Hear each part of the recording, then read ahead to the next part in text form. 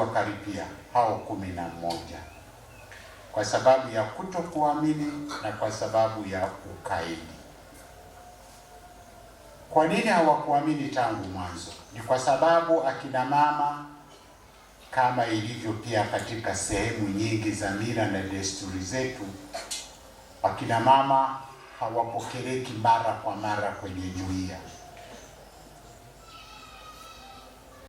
Na katika mila na desturi za Kiyahudi, ushuhuda unaotolewa na mwanamke haupokeleki hata mahakamani.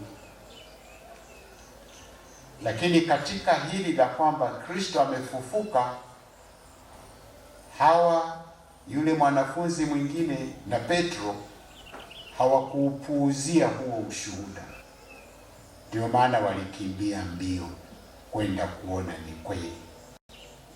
Kwa hiyo tunaposikia masimulizi haya juu ya ufufuko wa Kristo, tusifikiri ni hadithi za juu juu, ni ukweli.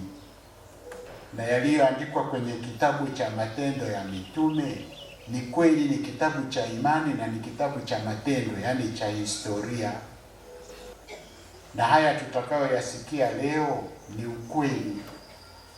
Na Injili leo tunaambiwa basi twende tukahubiri kwa kila mtu kama ujumbe wa mwisho baada ya kukemewa. Basi na sisi uwepo wetu hapa ni uwepo wa maana sana, na hasa wingi wenu akina mama. Bwana ana haja na nyinyi.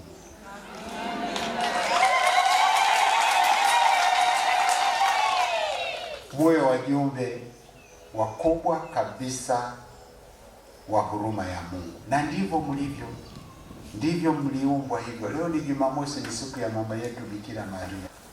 Huruma ya Mungu katika sura ya Yesu tusingeipata kama mama Bikira Maria angekuwa na kiburi, angekuwa na ukaidi.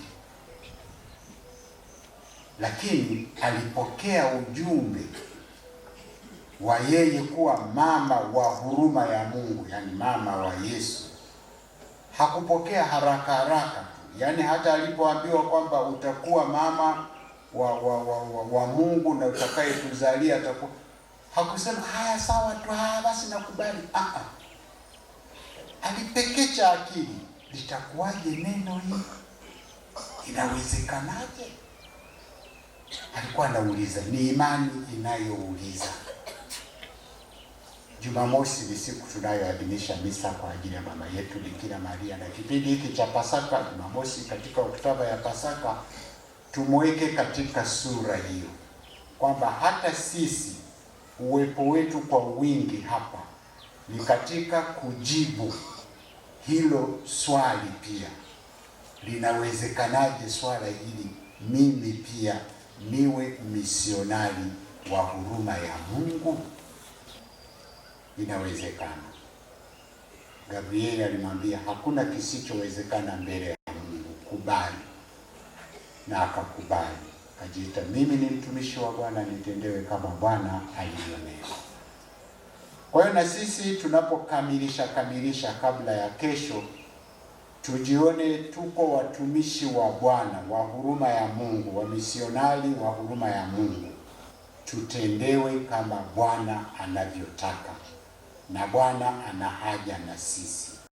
Ulimwengu unaikosa huruma ya Mungu, ndio maana kuna fujo kila mahali, kuna mauaji kila mahali, kuna vita vinazidi kuongezeka kila leo, kwa sababu tumeshindwa kukubali kwamba sisi ni wadau, sisi ni wa misionari, sisi ni wateja wa huruma ya Mungu.